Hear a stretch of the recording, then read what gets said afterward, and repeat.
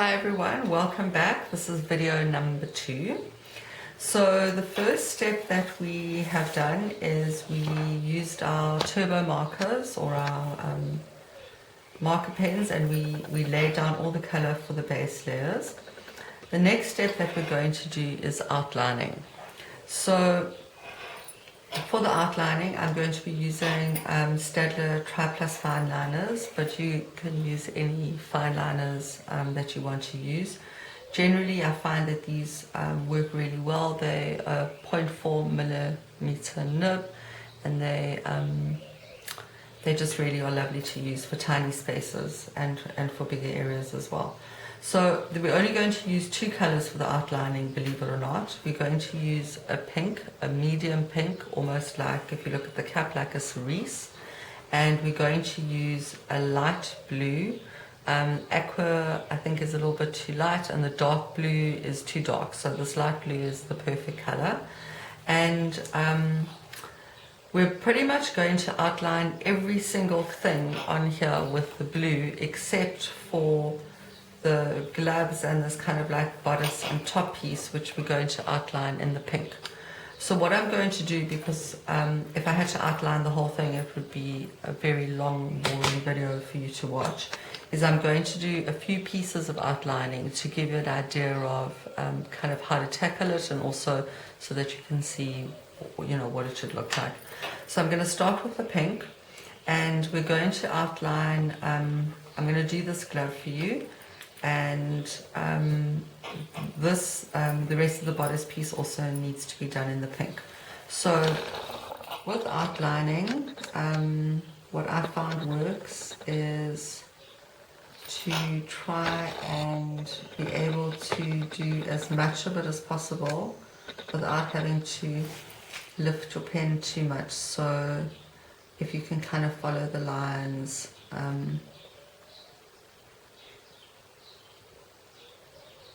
that works quite well. Don't panic too much about the outlining, because it forms part really of kind of the base layer of the preparation of what we're going to do, and you're going to color into it in the end anyway. One of the advantages, or one of the reasons that I really like doing outlining, is that it really helps you to define the areas that you're coloring. And also with the grayscale, it takes away some of the blackness of the lines. It adds in another color. You can see already it's starting to look quite interesting. So where all these shadow lines have been drawn in, I go very, very lightly, just again like to kind of put almost like a suggestion of color in there. You don't want to, you know, try and cover every single line, because you're going to work in there with your pencil anyway. But you do want to add a bit of definition in there.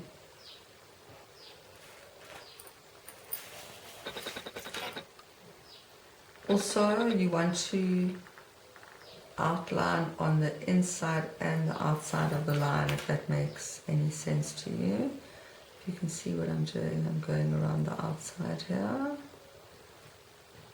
Sometimes if the spaces are very small, then, you know, I don't do that. But if the spaces are bigger, then definitely to outline on both sides of it.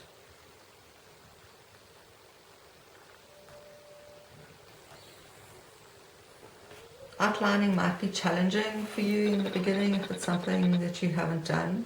I can tell you that it definitely gets easier. It might just take a bit of practice. That's something that you can work on. And you can see, if you have a look here, with the green kind of base color that we've done and the pink that we've used to outline it, it's given it a very nice definition.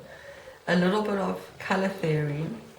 Green's opposite color in terms of contrasting is red, and so if you use tones of these colors together, this is not exactly a green, it's more like a bluey green, and the pink the tones work well together, and so they will contrast nicely with each other.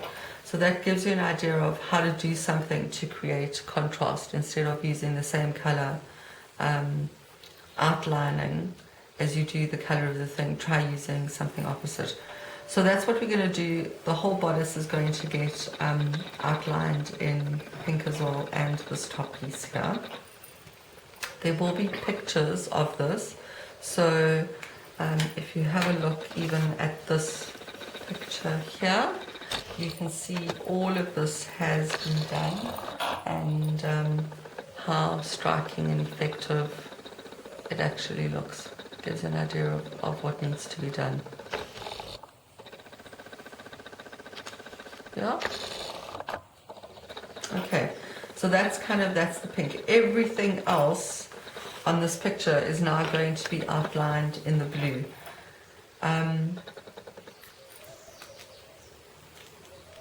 Including all the fur. So what I'm going to do is I'm going to spend some time doing this, because I think that doing fur is something that's a bit challenging for a lot of you. So starting, it doesn't really matter, I suppose, where you start. I'm just going to start here, and I'm just going to work my way all the way.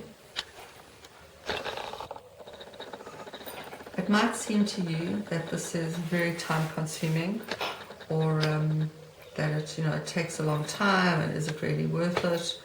I promise you, once you get going with it, you'll see that it really does. It funny enough, in the long run, it cuts down your colouring time.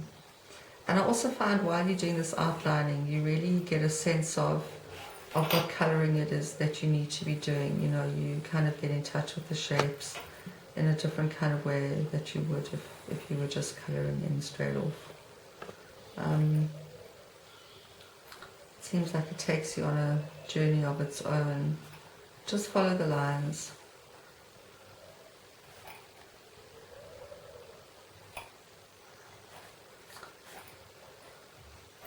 A light touch works quite well in this instance, something with the fur. You don't want to come with your your kind of defining outline color, and then it's very, very dark. So a light touch works well. I find that I like to kind of do long kind of streaks like that if I can manage. Where there are darker lines, you can go darker. But on the whole, these guys are darker over here. You want like a stronger defining line on the edges. It's kind of like a feathery stroke in a way, which is, the effect that trying to create with the fur really. It's not solid, it's lots and lots of little layers that make up the whole thing.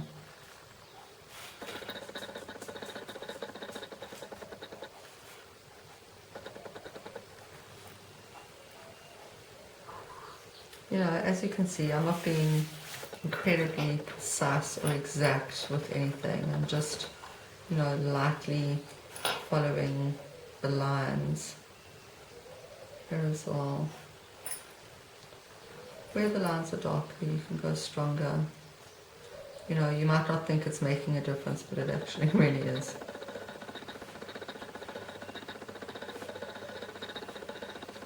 Remember, we're going to work into this with a whole lot of different colours with the pencil. I hope you can see what I'm doing.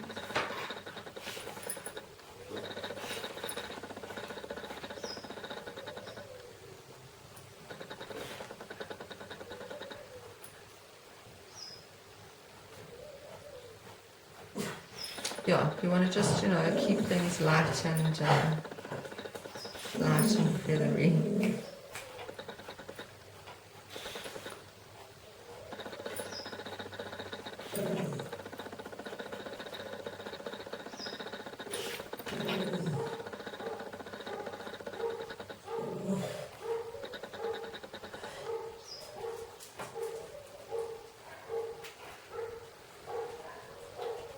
Just follow the lines. I actually find this find it incredibly therapeutic.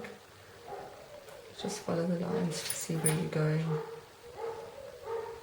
Can you see that bit by bit, by adding the blue outlining, starting to create a really nice, interesting contrast? We're going to work into this a lot still with our pencils.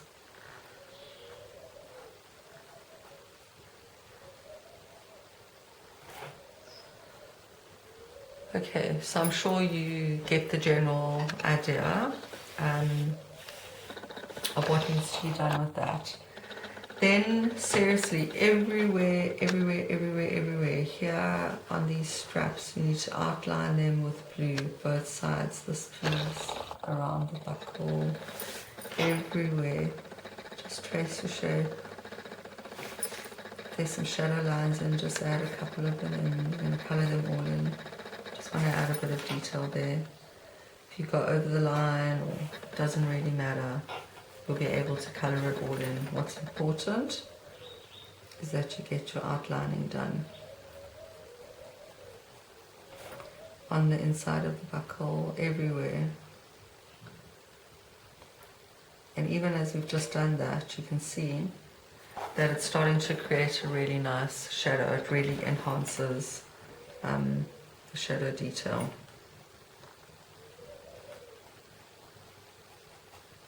There we go. You can see the difference between the buckle that has been done and hasn't been done.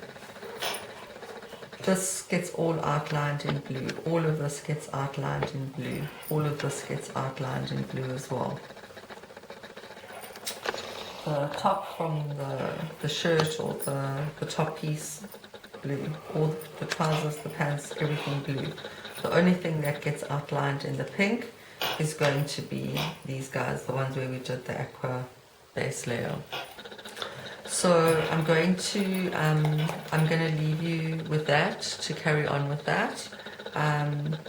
It's quite a big step in the tutorial. Enjoy doing it. Don't panic about getting it exact or perfect. And seriously, the more you do it, the easier you'll find it. I hope you've enjoyed this step, and we'll catch up with you at the next video.